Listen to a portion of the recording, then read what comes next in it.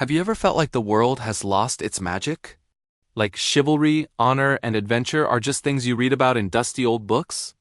Well, what if I told you about a man who decided to bring that magic back, even if it meant looking a little crazy?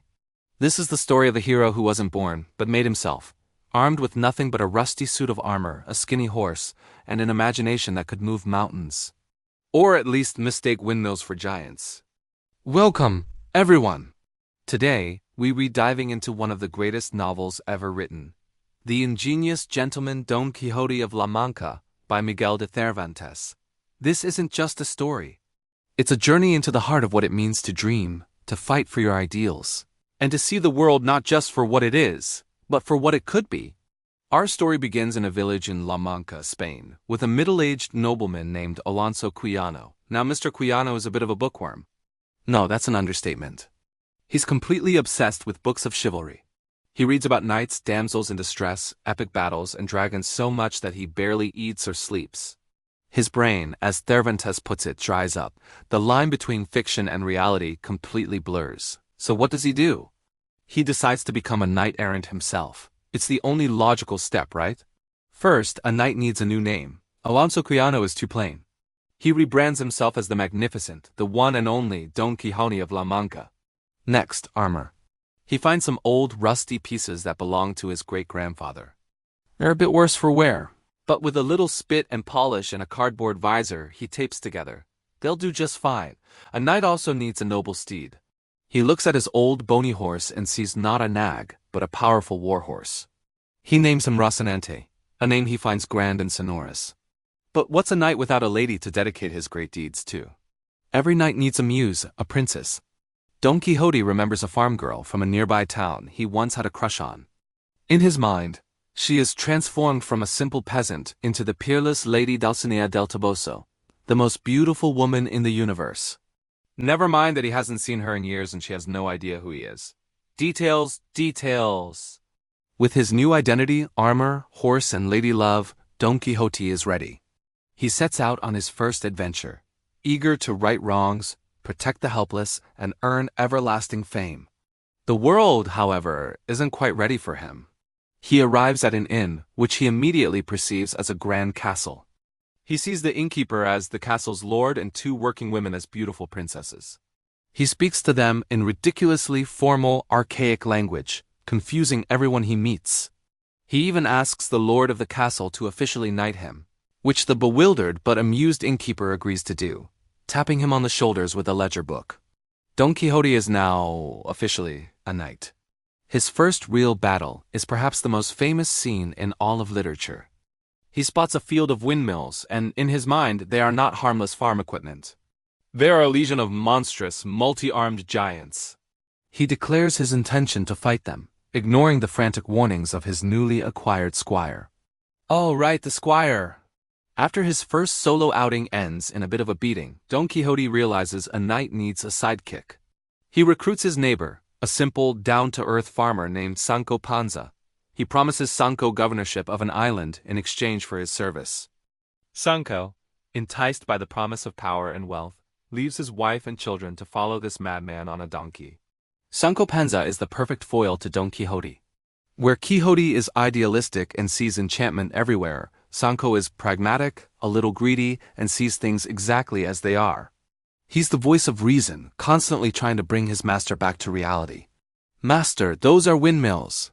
he yells, but Don Quixote, commending his soul to Lady Dulcinea, charges.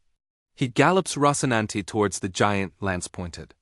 The windmill's sail catches his lance, shatters it, and sends both knight and horse tumbling painfully to the ground. When Sancho rushes to his side, Don Quixote is completely unfazed. He blames the whole thing on a wicked magician, Freston, his arch-nemesis, who he claims transformed the giants into windmills at the last second just to rob him of his glory. This becomes a pattern. Every time reality proves him wrong, he blames it on evil enchanters. Their adventures continue in this fashion. They encounter a flock of sheep, and Don Quixote sees two great armies about to clash in an epic battle. He charges in, scattering the sheep, and getting pelted with stones by the angry shepherds.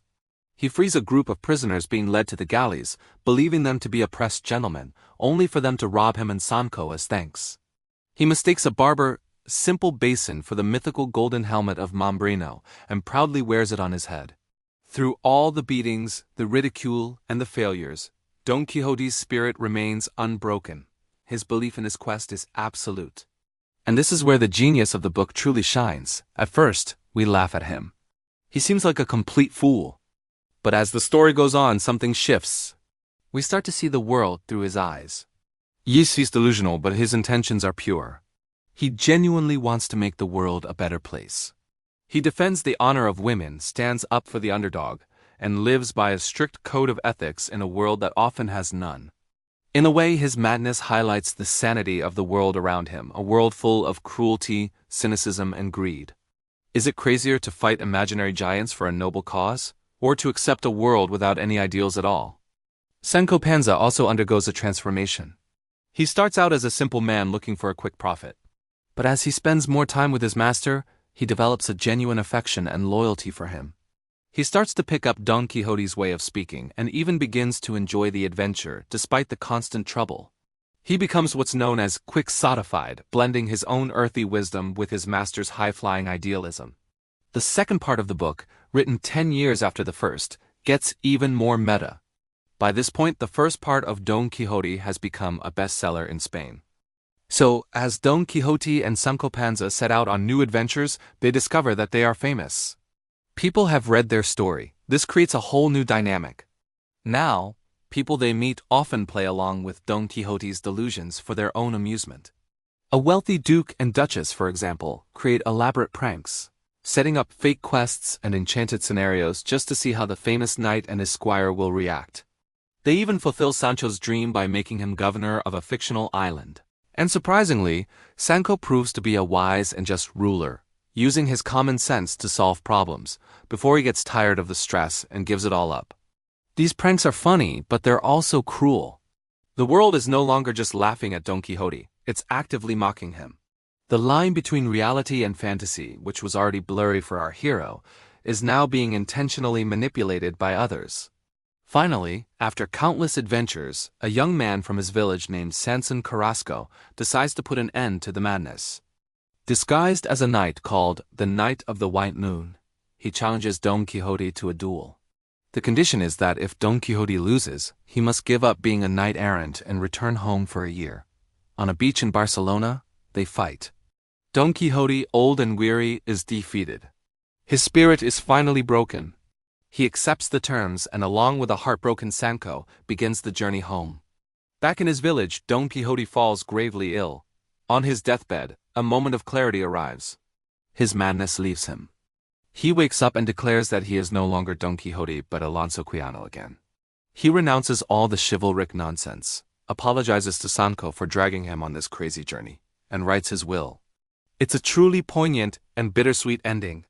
The man who lived an extraordinary life as Don Quixote dies as the ordinary Alonso Quijano.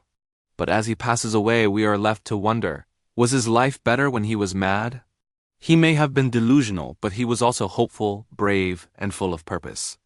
He lived more in a few years as a knight than he ever did in his 50 years as a quiet nobleman. Don Quixote started as a parody of chivalric romances, but it became so much more. It's a story about the power of imagination, the clash between idealism and reality, and the beautiful, complex nature of friendship. It asks us profound questions. What is sanity? What is madness? And in a world that can often seem bleak, isn't it the dreamers, the ones who dare to see giants instead of windmills, who truly keep the magic alive? So what do you think? Was Don Quixote a madman, a hero, or a little bit of both? Let me know your thoughts in the comments below. Thanks so much for joining me on this literary adventure. If you enjoyed it, please give this video a thumbs up, and don't forget to subscribe and hit that notification bell so you don't miss our next journey into the world of great books. Until next time, keep reading and keep dreaming.